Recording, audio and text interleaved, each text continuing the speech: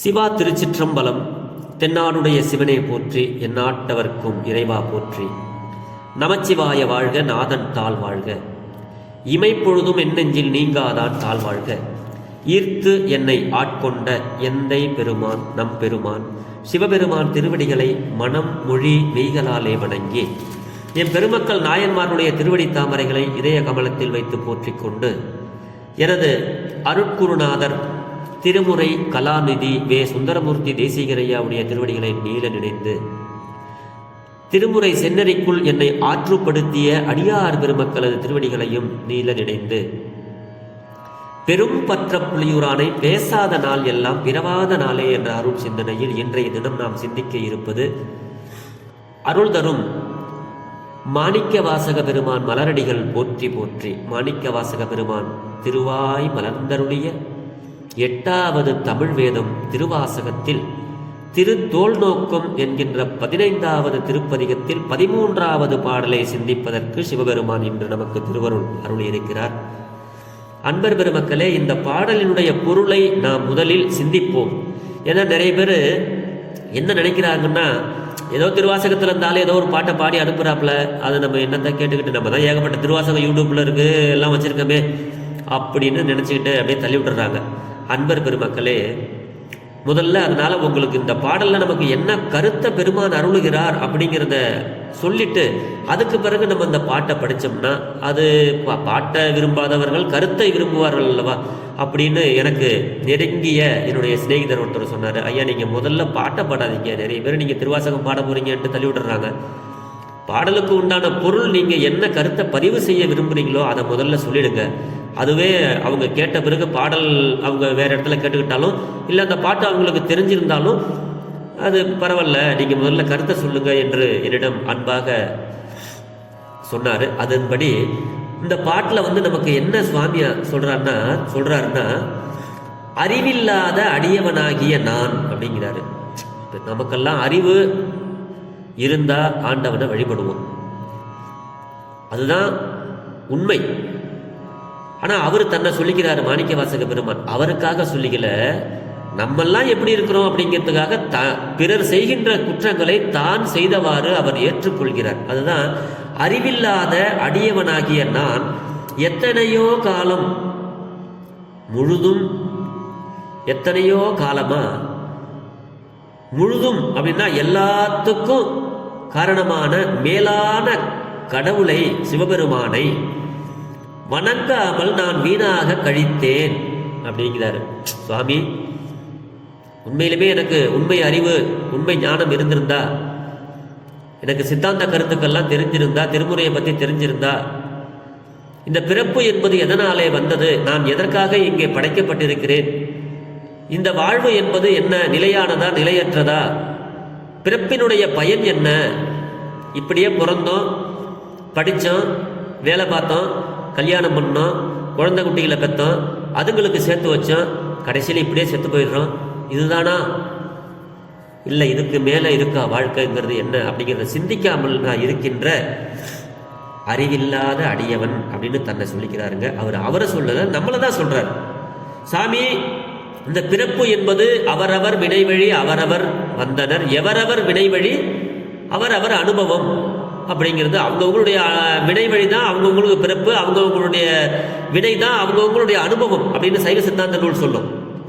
அப்படி இந்த உலகத்தில் நம்ம பிறந்ததுக்கு காரணம் என்ன அப்படின்னா வினை. இந்த வினை வினை வினைன்னு சொல்றீங்களே, நான் என்னதான் அப்படி வினை செஞ்சேன்னு நிறைய பேர் எங்கிட்டே ரொம்ப நொந்துக்கிறது உண்டு. நம்ம இந்த பிறப்பு எடுத்துறதுக்கு காரணமே நம்ம போன பிறப்புல செஞ்ச அந்த வினை தான். வினைனா என்ன சாமி? செயல். இப்ப செயல்னா என்ன? நம்ம செய்கின்ற ஒவ்வொரு காரியங்களும் தான் செயல். அடுத்தவங்க மனசை நம்ம புண்படுத்தணும்னா அவங்க கோவப்பட்டு திரும்பி நம்மள்கிட்ட நம்ம மனசை புண்படுத்துவாங்க. அடுத்தவங்ககிட்ட அன்பா பேசணும்னா அவங்க திரும்பி நம்மள்கிட்ட அன்பா பேசுவாங்க. பிறர் பொருளுக்கு நம்ம ஆசைப்பட்டோம்னா என் பொருளை நீ எடுத்துக்கிட்டியா, அப்போ உன் பொருளை நான் எடுக்கிறேன் அப்படின்னு அவங்க நினைப்பாங்க. இப்படியே தொடர்ந்து நல்ல செயல்களை செய்தால் நமக்கு நன்மையே வரும். அதுதான் அவரவர் வினை வழி அவரவர் அனுபவம். அனுபவிச்சுதான் ஆகணும். அப்போ நம்ம இப்போ இந்த பிறப்பை ஆண்டவன் நமக்கு கொடுத்துருக்கிறான். இந்த பிறப்பை ஒரு நல்ல பிறப்பை ஆக்கணும் அப்படிங்கிறதுக்காகத்தான் 12 திருமுறைகள் நமக்கு அங்கே வாழ்க்கை நெறிமுறைகளை நமக்கு அறிவிக்கிறது. அதை நம்மெல்லாம் சிந்திக்கணும். பிறப்பினுடைய ரகசியமே நம்ம இந்த பூமியில ஏன் பிறந்தோம், எப்படி நம்ம வாழணும் அப்படிங்கிறதுக்கு தான் திருக்குறள், திருமுறைகள், தமிழ் வேதங்கள் எல்லாம் நமக்கு, இந்த பொதுவாக வேதங்கள் எல்லாம் நமக்கு வழிகாட்டுது. வேதம் சொன்ன வழிக்கே வழிபட நெஞ்சுண்டு எமக்கு அப்படிம்பார். அந்த வழியெல்லாம் விட்டுட்டு நம்ம கெட்டதையே செஞ்ச பாழ் நரக குழிக்கே அழுந்தனுமா அபிராமப்பட்டர் சொல்லுவார். வேண்டாம் அப்படிம்பார். அப்படி அறிவில்லாத அடியவனாகிய நான் எத்தனையோ காலம் முழுதும் மேலான கடவுளை சிவபெருமானை வணங்காமல் வீணாக கழித்தேன். அப்படி கழிச்சதுனால அங்கனம் இருந்து ஊழி முதல்வனும், இந்த உலகத்தினுடைய முதல்வன் சிவபெருமான், அழியாத சிறந்த மாணிக்கம் போன்ற நம்மளுடைய சிவபெருமானாகிய சுவாமியை எழுந்தருளி அவராகவே எழுந்தருளி என் பிறவியின் வேரை பறித்து எரிந்த விதத்தை பாடி நாம் தோல் நோக்கம் ஆடுவோமாக. இந்த தோல் நோக்கம் என்பது மகளிர் விளையாடக்கூடிய அந்த விளையாட்டு. அந்த விளையாட்டிலும் கூட நம்மளுடைய பெருமான் நம்மளை எல்லாம் எளிமையாக எழுந்து ஆண்டு கொள்ளக்கூடிய பெருமான், அவரை நாம் வணங்காமல் காலத்தை வீணாக்க கூடாது அப்படிங்கிற சொல்ற ஒரு அரிய பாடல் தான் இது. ஏழை அப்படின்னா அறிவில்லாதவன், அறிவில் ஏழை. தொழும்பனேன் அப்படின்னா தொண்டனேன் அப்படின்னு அர்த்தம். பரம்பரனை பணியாதே, பரம்பொருளாகிய பரமேஸ்வரன் நம்ம பணியாம பாழுக்கு இறைத்தேன், வீணாக காலத்தை போக்கினேன். பெரும்பற்ற புலியூரானை பேசாத நாளெல்லாம் பிறவானாலே, போற்றாதே ஆற்றனால் போக்கினேனே அப்படின்லாம் ஒரு இடத்துல சொல்லிட்டு வருவார். இவ்வளோ காலங்களை நம்ம வீணாக்கிட்டோமே அப்படின்னு வருத்தப்படுற இடங்கள்லாம் உண்டு திருமுறையில். அப்படி சிவபெருமான் இந்த ஊழிக்கு முதலாக நிற்கின்ற பொருள் சிவபெருமான். அதுதான் சொல்றாரு, கெடாத அதாவது சிந்தாத, கெடாதன்னு அர்த்தம். தாழ் அப்படின்னா கூட்டு. இது என்ன கருத்தை நமக்கு சொன்னா, நம்ம கல்யாணம் பண்றோம், குடும்பம் நடத்துறோம், குழந்தை பெக்கிறோம், பணத்தை சம்பாதிக்கிறோம். இந்த உலகியல் வாழ்க்கையிலேயே நம்ம இந்த இன்பத்துக்கே நம்ம ஏங்குறோம். பாசம் என்னும் தாழ்வுருவி, பாசம்ங்கிற அந்த கடலுக்குள்ள போய் நம்ம விழுந்து நம்ம என்னென்னா செய்யக்கூடாத அத்தனையும் நம்ம செய்யறோம். ஆனா நம்மளை படைச்ச பரமேஸ்வரன் நம்ம ஒருபோதும் நம்ம நினைக்கிறது இல்லை. அப்படியே நம்ம வாழ்ந்துகிட்டு இருக்கோம். நிறைய பேர் அப்படித்தான் வாழ்றாங்க. அப்ப இந்த வினை வழியினால இந்த வினையெல்லாம் போகணும்னா நம்ம என்ன பண்ணணும் அப்படின்னா, பரமேஸ்வரனை நினைச்சு, பெருமானே நான் இதை செய்தேன், நான் அதை செய்தேன், என்னால் தான் இங்கே முடிந்தது இந்த காரியம், நான் ஒருவனே இதற்காக கஷ்டப்பட்டு முன்னின்று இதை செய்தேன் அப்படின்னு எப்ப அந்த தான் என்ற அந்த தன்முனைப்பு அங்கே நிற்கிறதோ அங்கே அருள் இல்லை சிவபெருமானே. அதுதான் வினை. நான் இதை செஞ்சேன், நான் அதை செஞ்சேன், என்னால் தான் இது முடியும் அப்படிங்கிறது தாங்க வினையே, வேற ஒன்றும் இல்லைங்க. இப்போ நம்ம ஒரு 100 ரூபாய் ஒரு டொனேஷன் கொடுக்குறோம்னு வச்சுங்களேன். அந்த டொனேஷன் கொடுத்தது நான் அந்த கோயிலுக்கு 100 ரூபா டொனேஷன் கொடுத்துருக்கேன், அது நான் தான் கொடுத்தேன் இல்லை. இந்த உடம்பு எங்கேருந்துங்க வந்தது? ஆண்டவன் கொடுத்தது. அப்போ நம்ம அந்த உடம்பை வச்சு தாங்க நம்ம உழைச்சி சம்பாரித்தோம். அப்போ அதுக்கு என்ன சொல்லணும்? ஆண்டவனுடைய அருளினால கொடுத்தேன், ஆண்டவனுடைய சித்தத்தினால கொடுத்தேன், ஆண்டவன் எனக்கு அருள் செய்தான் கொடுத்தேன். அப்படி இறைவனை முன்னிறுத்தி செய்கின்ற செயல்கள் யாவும் நல்வினையே, தீவினை ஆகாது. அதுக்காக நம்ம கெட்டதை செய்யறது, திருடுறதுக்கு முன்னாடி சுவாமி மேல சுவாமியுடைய முன்னிறுத்தி நான் திருடுறேன்னா அது நல்ல செயல் ஆகுமான்னா ஆகாது. நன்மையும் தீமையும் நாடி நலம் புரிந்து தன்மையான ஆளப்படும். வள்ளுவ பெருந்தகை சொல்வார். அன்பர் பெருமக்களை, எந்த ஒரு நற்செயல்களை செய்தாலும் அதை நான் செய்தேன்னு தன்முனைப்பு இல்லாமல், ஆணவம் இல்லாமல், இது இறைவன் செயலால் நடந்தது, இது இறைவன் செயலால் நடந்தது, இது இறைவன் கொடுத்தது, இது இறைவன், நான் கொடுக்கலப்பா, இறைவன் கொடுத்தாரு, அதை உங்ககிட்ட கொடுக்குறேன்ப்பா, என்கிட்ட என்னப்பா இருக்கு, அப்படிங்கிற உண்மையை உணர்ந்து நாம் செய்கின்ற செயல்கள் அனைத்திற்கும் இறைவனாகிய பரமேஸ்வரனை முன்னிறுத்தி செய்தோமேயானால் நமக்கு வினை வராது. ஆண்டவனை நினைக்கின்ற ஒவ்வொரு நிமிடமும் உன்னிடத்தில் உள்ள ஆணவங்கள் கொஞ்சம் கொஞ்சமாக நீங்கும். நீ படிக்க வேண்டிய சைவ சித்தாந்த நூல்கள், 12 திருமுறை நூல்கள், இப்படி நமக்கு கொடுத்திருக்கின்ற அருளாளர் பெருமக்கள் ஆயிரம் பொக்கிஷங்களை நமக்கு அருளிவிட்டு சென்றிருக்கிறார்கள்.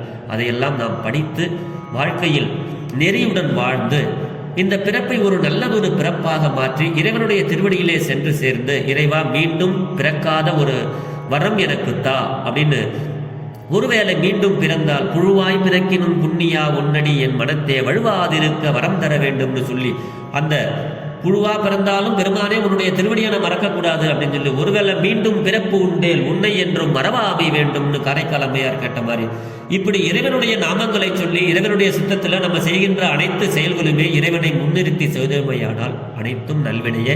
அடுத்த பிறப்பும் நமக்கு ஒரு நல்ல ஒரு பிறப்பாக இருக்கும், அதில் எந்த சந்தேகமும் இல்லை என்று சொல்லி இந்த பாடல் நமக்கு அதுக்காக அருளப்பட்டதுதான். இந்த பாடலை தெரிந்தளவில் பாடி உங்களோடு பகிர்கிறேன். திருச்சிற்றம்பலம். ஏழை தொழும்பனேன் எத்தனையோ காலமெல்லாம்,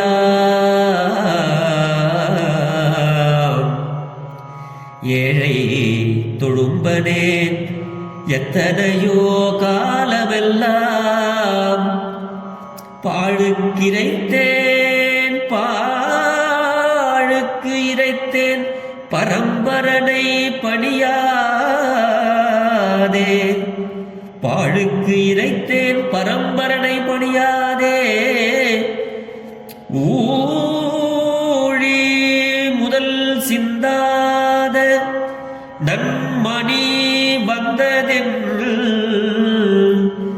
என் பிறவி தழை பறித்தவா, பிறவி தாழை பறித்தவா, தோள் நோக்கம் ஆடாமோ,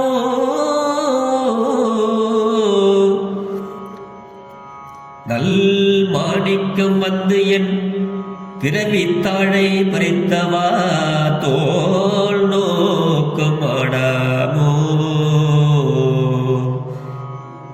திருச்சிற்றம்பலம். ஏழை தொழுமனன் எத்தனையோ காலமெல்லாம், பாழுக்கு இறைத்தேன் பரம்பரனை பணியாதே, ஊழி முதற் சிந்தா நன் மணி வந்தென் பிறவித்தாழை பறித்தவா, தோல் நோக்கம் ஆடாமோ அப்படிங்கிறார் சுவாமி. எத்தனையோ காலங்கள் இதெல்லாம் தெரியாம உன்னை வழிபடாமல் நான் காலத்தை வீணாக்கி விட்டேன் அப்படின்னு சுவாமி நமக்கு நீங்கள்லாம் வழிபட்டு நல்ல நல்ல நற்கதி பெறுவீர்களாக, அதற்காகத்தான் இந்த பாடல் என்று சொல்லி நமக்கெல்லாம் அருளுகிறார். அதுபடி நம்ம வாழணும். அனைத்திலும் சிறந்தது நல் ஒழுக்கமே என்று சொல்லி, அனைத்திலும் வலியது நல்ல எண்ணங்களே என்று சொல்லி, அறிவு உள்ள பிள்ளையாக நாம் வாழ வேண்டும். அதுதான் தலை சிறந்த பாக்கியமாகும். மனம் தன்னம்பிக்கை இழப்பது மரம் வேரை இழப்பதற்கு போல் சமம். கூடி வாழ்ந்தால் கோடி நன்மை. இப்படியெல்லாம் நமக்கு நம்மளுடைய நூல்கள் நல்ல வழிகளை நமக்கு காட்டுகிறது.